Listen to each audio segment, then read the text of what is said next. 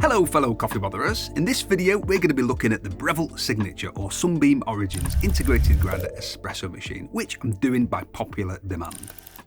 A quick word on the brand names. The Breville we know in the UK is not the same as the Breville outside of Europe. Breville Worldwide sold the brand name in Europe in the 80s, so they can't use the Breville brand in Europe, so they use the Sage Appliances brand name instead. The Breville brand in the UK is owned by Newell Brands, who owns a number of other brands including Sunbeam and Mr Coffee. So they've released coffee machines in the UK under the Breville brand that are sold outside of the UK as Mr Coffee and Sunbeam. So what we're looking at here is being sold in the UK, currently exclusive to Currys, as the Breville Signature. It's also sold as the Sunbeam Origins in Australia. So this is an integrated grinder espresso machine, but the reason so many people are contacting me about it is that it's dual Thermoblock. What this means is you can steam milk and pull shots at the same time as you can with dual boilers and heat exchanger machines. Also, this machine appears to have a ton of amazing features, including PID temperature control, 3 brew temperatures, 3 pre-infusion profiles, and loads more. All of this for about £500 seems too good to be true, but is it? Let's find out. I bought this from Currys and it will be given away. We have a giveaway on coffeeblog.co.uk every month, and this will be one of the giveaway prizes very soon. If you're watching this video in the future, hello time traveller, how's the missus? This might have been given away already, but it's worth checking what the current giveaway is. Although if you're a time traveller, you're probably not bothered. You can just go back and buy next week's Winning Euro Millions numbers. Or would you go forward and get last week's? I'm confused. See, which way around is it? Cheers. Specs. We'll chuck the dimensions on the screen. Don't worry if I mention something in the specs which catches your attention, by the way, as I'll go through all of these shortly. Removable bean hopper, removable Burrs, 30 grind settings, adjustable by the hopper but with an LCD display showing the current grind size. Tap and go grinding, intelligent dosing, 2.8 litre water tank, rear accessed, top fillable, LCD display warning when it's empty. Nice looking toggle switch for on-off. 58mm Portafilter, traditional single wall baskets.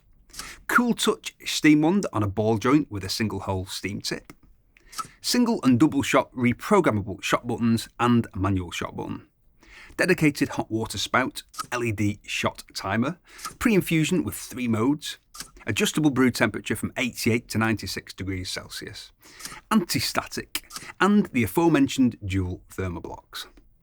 So on paper, for the money, this looks very impressive. Don't get too excited though, as it all sadly isn't as it would appear, which is a real shame because I have to say, if it was all as it seems, this would be a completely game-changing machine. But first, let's talk about how it looks. Personally, at first glance when I got it out of the box, I thought there must have been some kind of mix-up with the price, as it looks like a lot more machine for the money, regardless of the specs. The blurb says it's stainless steel, and it looks like it has a thick stainless steel case. A quick look from the back, with the water tank removed, shows that it's very thin steel wrapped around plastic. This bit here, the cup warmer rail, is thick stainless, and it's very clever actually because this makes it look like the entire thing is thick steel. I don't think this is an issue though, and your guests won't know that you haven't got a really expensive solid steel coffee machine, just don't let them look at the back. The toggle switch disappointed me. I think it looks cool, but I thought it was going to be a really satisfying toggle switch, and it's not. It doesn't toggle, it just bounces. I can understand why though, for the same reason the Gadget Classic rocker switch is a momentary rocker switch and not a true rocker switch, because it has to connect to the board for the auto off. The dual Thermoblock I think is great, and I think we'll see more machines like this in the near future. It just makes sense. There are a couple of prosumer machines with dual Thermoblock, Espresso machines for example, but when it comes to entry-level integrated grinder machines, especially those aimed more at the everyday coffee drinker, I think this really makes sense. I'm actually really surprised Sage Breville aren't doing this. With the speed of their thermojets, they could have amazingly convenient dual thermojet machines that auto-steam the milk for you while you're pulling the shot. The Barista Touch Impress, for example, will queue up the shot to pull after the milk is steamed or vice versa, but if they'd made it dual thermojet, it would have worked like the Oracle Touch, which is a dual boiler. So for me, this is the best thing about this machine, and I applaud Sunbeam and Breville UK for that.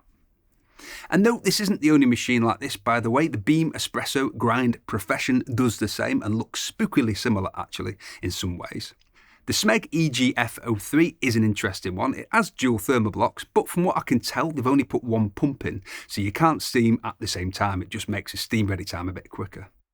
Removable hopper and grinder burrs, that's all good, very easy to remove. It does look similar to the Sage or Breville worldwide grinders, but there's no internal grind adjustment and it's not the same burr set. The 30 grind settings and the LCD screen isn't quite what it appears to be, unfortunately, and I'll demonstrate. Starting from where the LCD starts registering and going coarser until it stops registering, meaning that we're now removing the hopper, there are 24 hopper clicks, but 30 digital steps. As you're adjusting, at random points it'll just jump by 2 to 3 grind settings, and it's not the same every time either. For example, sometimes I'll count to grind setting 9 and it goes to digital setting 11. Sometimes I do it and it goes to 12. Sometimes hopper setting 15 is 19. Sometimes it's 17. Sometimes it's 18. It seems to depend on how fast you make the adjustments. So that's a bit odd. Let me know in the comments if you have one, if yours does the same, or did I get a dodgy unit? By the way, it's usually only recommended to adjust grinders finer while they're running. Sage or Breville have made it clear that you're fine adjusting theirs while not running, but I can't find any guidance from Sunbeam or Breville UK about this. So if you want to be on the safe side, only adjust finer when grinding. I'm just doing this because trying to demonstrate this while grinding would be a pain. Decent sized water tank, can't argue with that. Accessing it and removing it isn't quite as slick as it could be, but it does the job. 58mm portafilter, I have to say I'm not bothered. The blurb says 58mm group gives better extraction for maximum espresso flavour. Does it? I've had this conversation with a few people lately who've contacted me about 58mm portafilters, as if 58mm means better tasting coffee, and it just doesn't in my humble opinion. If it did, everyone would do it, and not even all commercial brands use 58mm. There's arguments on both sides for wider, shorter pucks and slimmer, taller pucks, but thinner and taller is usually regarded as more forgiving for entry-level machines and beginner home barista skills. So if you're looking at this thinking 58mm automatically means better espresso, that's not the case. It does make it a bit easier when it comes to aftermarket accessories, although there are tons of 54mm accessories on the market these days for obvious reasons. It doesn't have a solenoid as far as I can tell. If it did, doing this would fire water internally into the drip tray. So why they supply it with a cleaning disc with a hole and recommend that you waste money on cleaning tablets for it, I don't really know. You can't and don't need to backflush a machine that doesn't have a solenoid, as there's no solenoid valve to create the backflush or to be backflushed, so I'm not sure what the crack is here.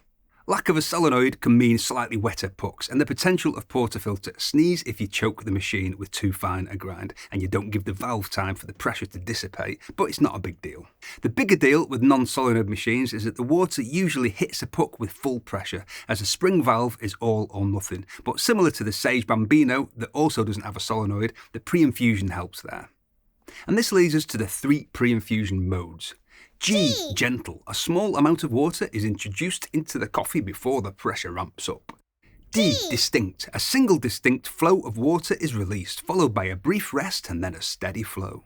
C, constant. A constant steady flow from start to finish. This all sounds great in theory, but in reality I can't see any evidence of this. When I've been experimenting with this, from what I can see, gentle and constant appear to be exactly the same, and distinct just delivers 1 or 2 ml of water into the coffee, waits about half a second and then goes into full extraction. I don't get it.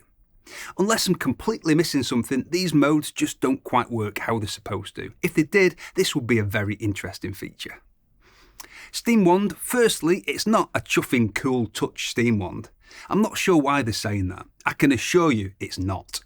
It has a rubber sleeve bit like most do, but that doesn't make it a cool touch wand.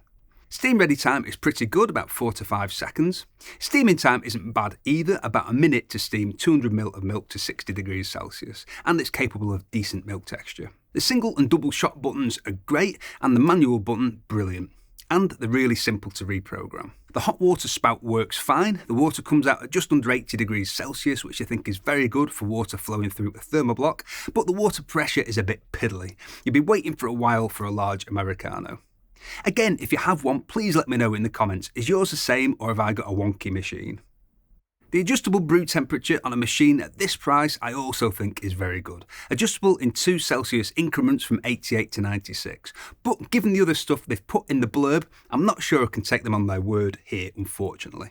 I'd have to test it, and I don't currently have a SCASE, so I can't.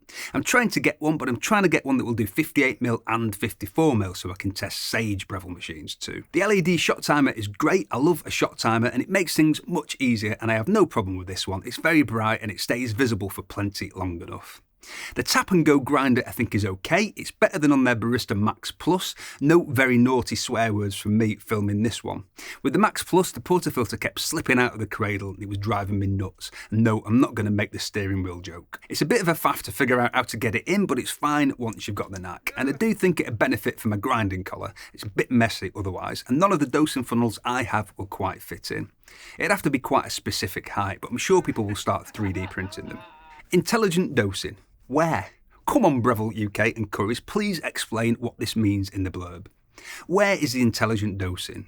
Where is the feedback on the correct amount of coffee grounds for 1 or 2 shot dosage? You can't just say stuff that sounds good. Where is it? I'm 6'5". Unless I'm misunderstanding something here, there's no such thing.